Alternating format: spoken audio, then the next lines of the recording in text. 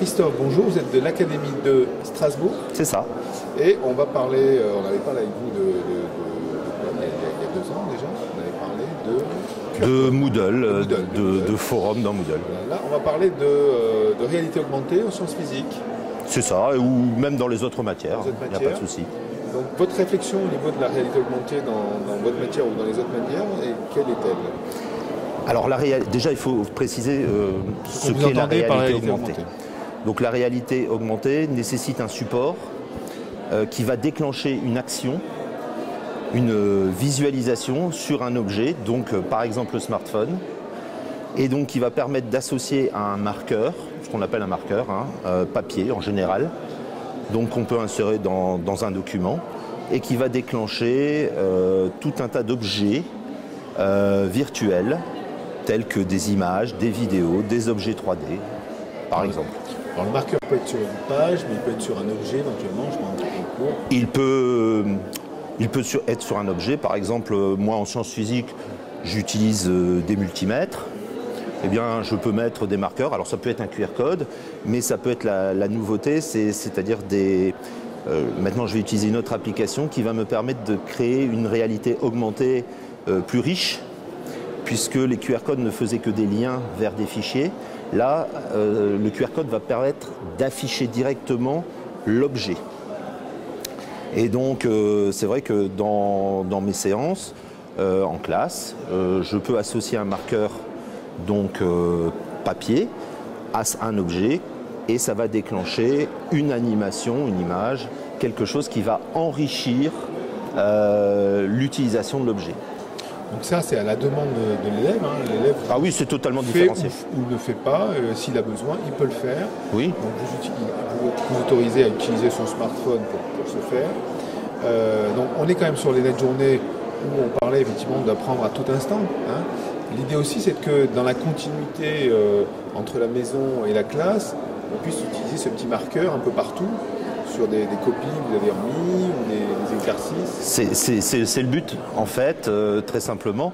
L'élève ayant avec lui, on peut être pour ou on peut être contre, mais tout le temps son smartphone avec lui, il peut utiliser ce smartphone à des fins pédagogiques, et donc aller regarder une petite vidéo mise en réalité augmentée sur un support papier, sur un cours, pour s'approprier une notion. On peut même imaginer qu'il fasse ça dans le bus du retour pour la maison, pour anticiper ses devoirs. Donc c'est vraiment à tout moment et n'importe où. Alors donc le travail de l'enseignant dans ce contexte-là, c'est créer les ressources qui vont bien, positionner les marqueurs au bon endroit, on va dire. C'est ça, voilà. C'est ça. Ce qu'il faut savoir, c'est que c'est une nouveauté. C'est un outil qui s'appelle, c'est un projet créé par M. Chardine au lycée Corneille de Rouen. Il a fait une levée de fonds. Il a obtenu 5 000 € pour monter ce projet. Et donc ce projet a vu le jour. Et donc là, on est en phase bêta, on va dire. Et on peut déjà faire pas mal de choses avec. Le principe très simple, résumé. On a une interface web classique, on va sur un lien, on donne les objets qu'on veut faire visualiser en réalité augmentée. Pour un professeur, c'est relativement simple, sauf peut-être pour les objets 3D qui demandent des manipulations supplémentaires. Mais par exemple, pour des images et vidéos, il suffit de télécharger l'image et la vidéo. On peut créer un petit QCM associé à cette image et à cette vidéo. Et à ce moment-là, à la fin, on génère le marqueur qui va qui va être transféré sur du papier, enfin copier-coller tout simplement, et on l'insère dans son document de cours. Voilà. Hyper simple d'utilisation pour l'enseignant. Franchement, c'est simple, à part pour les objets 3D comme je l'ai expliqué, ça demande un peu d'utiliser plusieurs outils, mais c'est quand même quelque chose de fait en 2 à 3 minutes à partir du moment où on a les objets.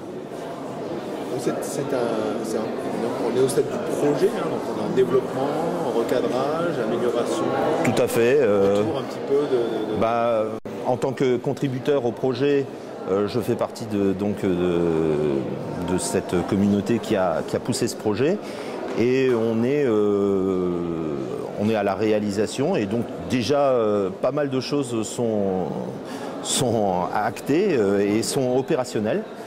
Donc c'est vraiment très prometteur, d'après ce que je peux en utiliser.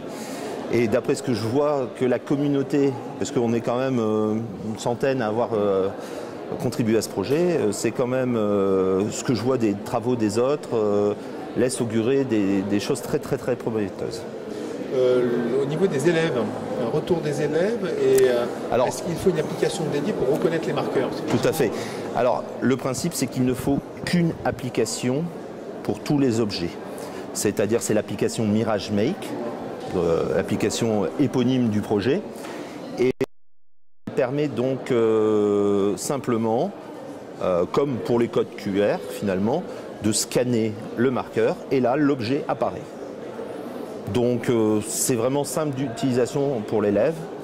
Il n'y a pas de difficulté majeure.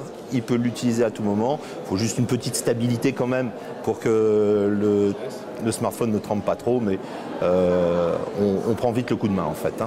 Et donc il faut juste cette application qui est téléchargeable gratuitement sur les stores habituels. Comme le QR code, ça renvoie sur un lien particulier, c'est ça? Alors ça envoie, c'est pas un lien en fait, c'est en lien avec, en fait quand vous créez vos objets, vous les envoyez vers un serveur. Ce serveur, donc en fait, si vous voulez, c'est un lien. Et quand vous scannez, en fait, ça va chercher sur le serveur ce qui correspond au marqueur. Et donc il va rechercher la ressource correspondante au marqueur et elle s'affiche.